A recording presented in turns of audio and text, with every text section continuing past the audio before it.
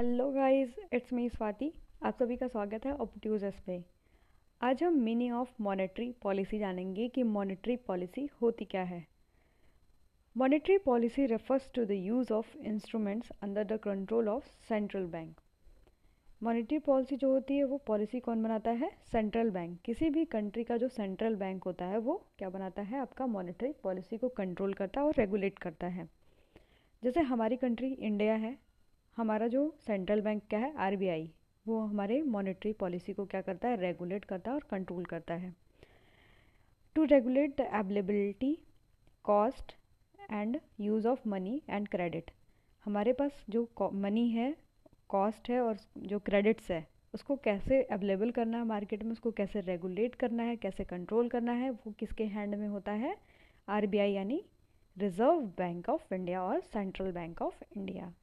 ठीक है, तो ये हमारी मॉनेटरी पॉलिसी होती है।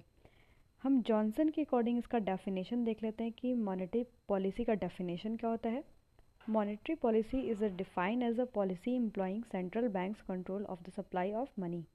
यानी जो मॉनेटरी पॉलिसी होती है वो किसके कंट्रोल में होती है? सेंट्रल बैंक के, जो कि कंट्रोल करती है क्या? सप्लाई ऑफ मनी को कंट्रोल करती है। यानी मनी के सप्लाई को वो इंक्रीज़ भी कर सकती है और डिक्रीज़ भी कर सकती है। और जो आपका सेंट्रल बैंक या फिर रिजर्व बैंक ऑफ इंडिया होता है वो मनी के सप्लाई को तब कंट्रोल कम या फिर ज़्यादा करेगा जबकि मार्केट में कुछ ना कुछ प्रॉब्लम क्रिएट हो जाती है। जैसे मान लीजिए इन्फ्लेशन ज़्यादा हो गया, रिसेशन ज़्यादा हो गया, तो उस समय क्या होगा? मनी के सप्लाई को या फिर कम कर देगी या फिर ज़्यादा कर देगी। These are the conditions. Okay, as an instrument for achieving the objective of the general economic policy.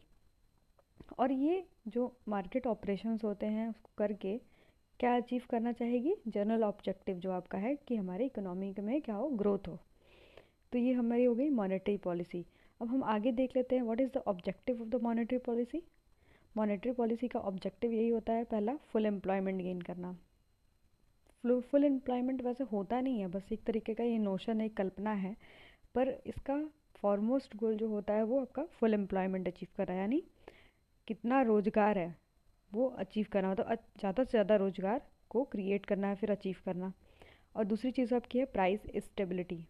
मान लीजिए कोई गुड्स है, सर्विसेज की प्राइस बहुत ज़्यादा फ्लक्चुएट हो रही है, तो जो आपकी मॉनेटरी पॉलिसी होगी उसको क्या करेगी? स्टेबलाइज करेगी। और तीसरा आपका होगा इकोनॉमिक ग्रोथ। किसी भी कंट्री का जो फर्स्ट एंड फॉरमोस्ट गोल यही होता है कि वो अचीव करे क्या? ग्रोथ को या फिर डेवलपमेंट को। तो जो मॉनेटरी पॉलिसी होती है वो हेल्प करती है किसी कंट्री को उसके ग्रोथ में।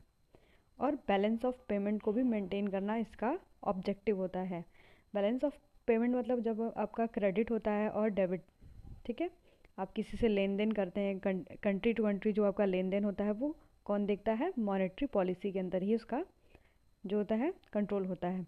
तो these are the four objective of the monetary policy. पहला आपका फुल एम्प्लॉयमेंट, दूसरा आपका है price stability, third one is economic growth and last one is balance of payment. अब हम आगे देख लेते हैं इसका इंस्ट्रूमेंट क्या क्या होता है। पहला आपका इंस्ट्रूमेंट है बैंक रेट। बैंक रेट में यानी हम बैंक रेट को बढ़ाते हैं और घटाते हैं, मतलब आपका जो आरबीआई होता है या फिर सेंट्रल बैंक होता है वो बैंक रेट को बढ़ाता और घटाता है।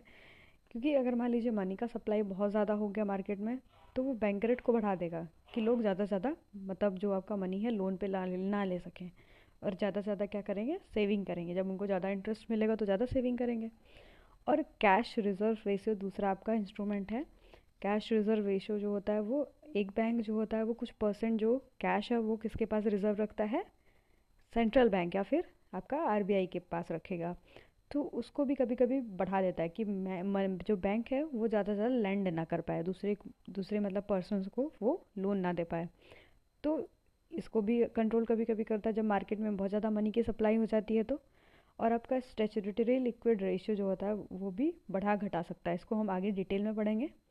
और आपका रेपो रेट है और रिवर्स रेपो रेट या फिर रिजर्व रेपो रेट, ये भी आपका किसके अंदर में आएगा? सेंट्रल बैंक ऑफ जो भी होगा कंट्री का। और आपका open market operation. Open market operation में जो आपका है, कोई भी आपका शेयर है, डिवेंचर है, बॉन्ड है, उसको क्या कर सकता है? वो बेच सकता है कि जो मार्केट का मनी है उसको क्या कर सके? अपने पास ला सके। तो ये आपका फोर इंस्ट्रूमेंट है जो कि मॉनेटरी पॉलिसी के अंतर्गत आएगा, जिसको हम आगे बहुत डिटेल में पढ़ेंगे। तो अगर आपको ये वीडियो अच्छा लगा हो तो प्लीज़ लाइक शेयर सब्सक्राइब करना ना भूलेगा। और ऑप्टियोजस को अगर आपने सब्सक्राइब नहीं किया हो तो सब्सक्राइब कर लीजिए। Thanks for watching.